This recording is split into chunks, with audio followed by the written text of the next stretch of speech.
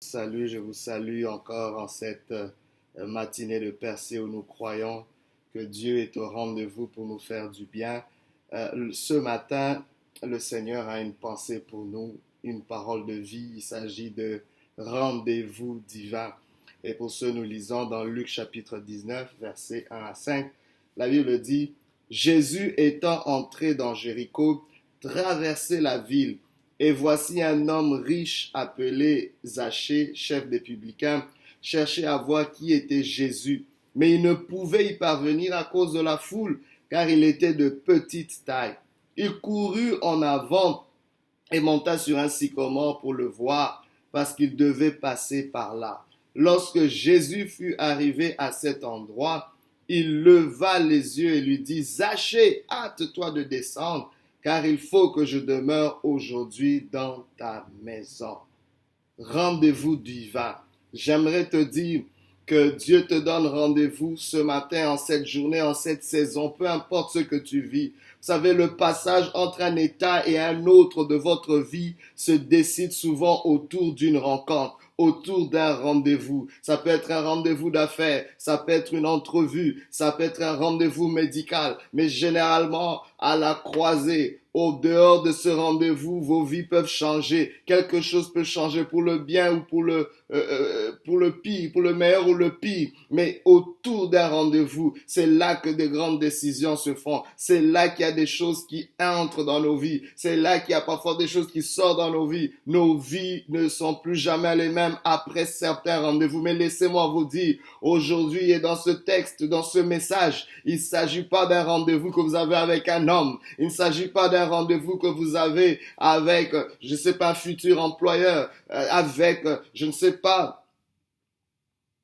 quelle entité, mais vous avez rendez-vous avec Dieu. Rendez-vous avec Dieu. Cet homme Zachée désirait voir Jésus. Jésus passait. Jésus était de passage dans cette ville de Jéricho. Jésus passait dans cette ville de Jéricho et Zachée, qui était desservi par sa petite taille, décide de monter sur un sycomore pour voir Jésus. Il y avait des limites dans sa vie. Il y avait des limites dans sa réputation. Il y avait des limites physiques dans sa taille. Je ne sais pas quelles sont les limites que tu as. C'est peut-être une limite mentale. C'est peut-être une limite intellectuelle. C'est peut-être une limite au niveau de tes expériences. C'est peut-être une limite au niveau de ton passé. Je ne sais pas qu'est-ce que tu considères comme limite qui t'empêcherait d'avoir un rendez-vous avec Dieu, qui t'empêcherait même de te présenter. Mais Zachée a saisi cette opportunité malgré sa petite taille, malgré ses limites, malgré sa réputation de publicain qui était mal considéré dans la société, malgré l'exclusion sociale.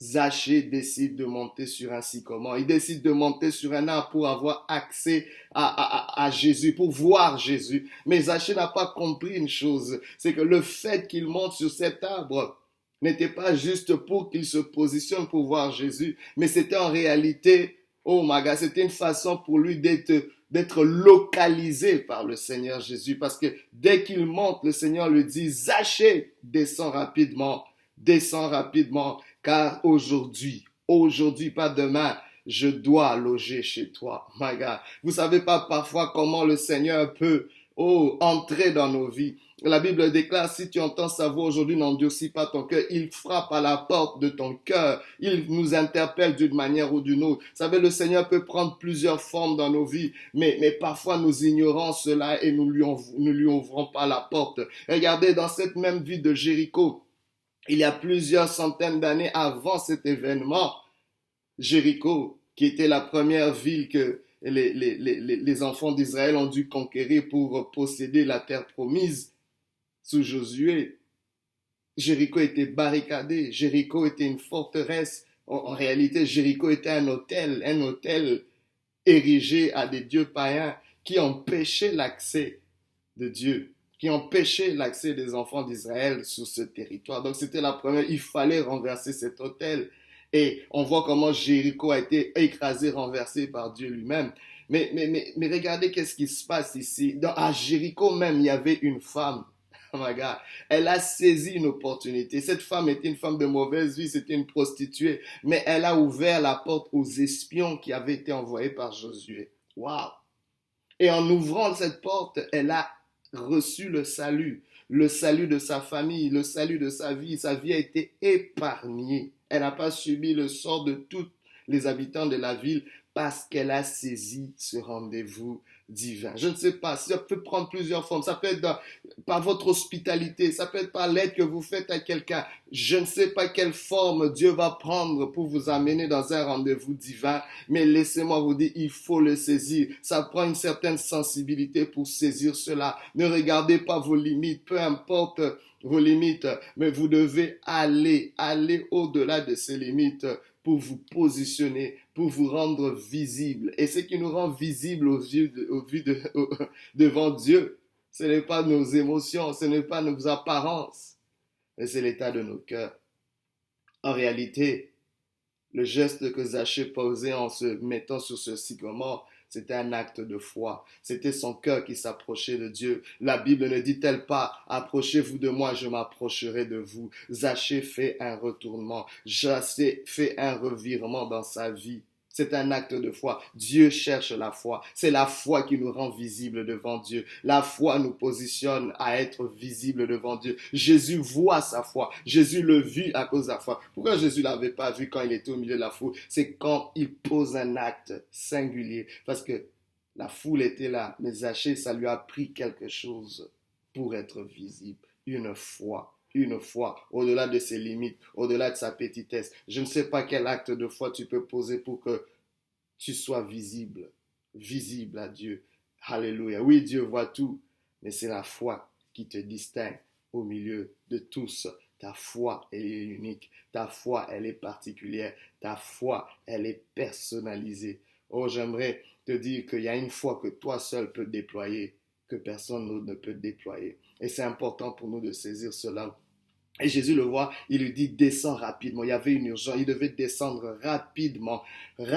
Pourquoi? Parce que ce rendez-vous divin n'est pas éternel. C'est un rendez-vous qui est limité dans le temps, dans l'espace. C'est-à-dire quand Dieu est en train de nous donner rendez-vous, quand Dieu est en train de nous interpeller, bien aimés, nous ne devons pas ignorer cela parce que c'est une fenêtre qui est ouverte, qui ne sera pas toujours ouverte. Nous sommes dans la saison de la grâce, nous sommes dans cette dispensation de la grâce, mais ce ne sera pas toujours comme ça. Et c'est important pour nous de saisir cela tant qu'aussi longtemps qu'il est encore temps. Nous devons saisir cela. C'est aujourd'hui. Aujourd'hui, Dieu le dit aujourd'hui. Et quand il le fait, il descend rapidement, promptement. Et c'est avec beaucoup de joie, beaucoup d'anticipation, parce que ça importe aussi comment nous recevons ce rendez-vous. Zachée a déployé sa joie, Zachée a déployé son empressement, Zachée a déployé son excitation devant ce rendez-vous, devant cette opportunité. Il n'a pas regardé le regard des autres. Et tout de suite, les polémiques ont commencé, les critiques ont commencé. Voilà, c'est quelqu'un de mauvaise mine. Mais Zachée n'a pas regardé cela. Pourquoi Jésus, qui est la lumière, le salut, va-t-il venir dans la vie de quelqu'un qui n'a pas une bonne vie? Pourquoi le Seigneur ne lui demande pas de changer sa vie avant de venir? Et parfois, c'est là où on a des problèmes avec les gens qui sont religieux. Ils veulent que, avant que le Seigneur vienne dans ta vie, tout doit être propre. Non, Dieu dit, je veux venir dans ta vie tel que tu es. Quand Dieu vient, c'est là que les choses vont s'arranger. Quand Dieu vient, c'est là que l'ordre va s'établir. C'est-à-dire, bien aimé, l'urgence est là. J'ai pas besoin d'attendre, de ranger toute ma vie pour recevoir Dieu. Je le reçois tel que je suis, dans ma boue, dans ma saleté, dans ma détresse, dans ma confusion, dans tout ce qui ne marche pas dans ma vie. J'ai besoin d'un rendez-vous parce que je sais que après ce rendez-vous, je ne serai plus jamais la même personne. Parce que qu'est-ce qui s'est passé? Dès que Jésus est entré, Zachée a décidé, je donne la moitié de mes biens aux pauvres. Et si j'ai lésé quelqu'un financièrement, je lui donne 4 fois plus. My God! Et Jésus a directement déclaré, aujourd'hui, le salut est entré dans ta maison. Car toi aussi, celui-ci était aussi un fils d'Abraham. Jésus est venu pour ceux qui sont perdus. Oh, bien-aimés, ceux qui sont perdus n'ont pas besoin d'être retrouvés avant de recevoir Jésus, avant de saisir ce rendez-vous divin. Tel que tu es, tel que tu es, tel que tu es, laisse-le entrer, reçois-le, saisis ce rendez-vous et ta vie ne sera plus jamais la même. Et c'est ce qui a été fait. Pourtant, Jésus ne lui a pas dit, voici, fais ceci, fais cela. Mais Zachée a été ébloui par l'amour de Dieu. Il a d'abord reçu l'amour et c'est l'amour qui l'a transformé. Et non le contraire.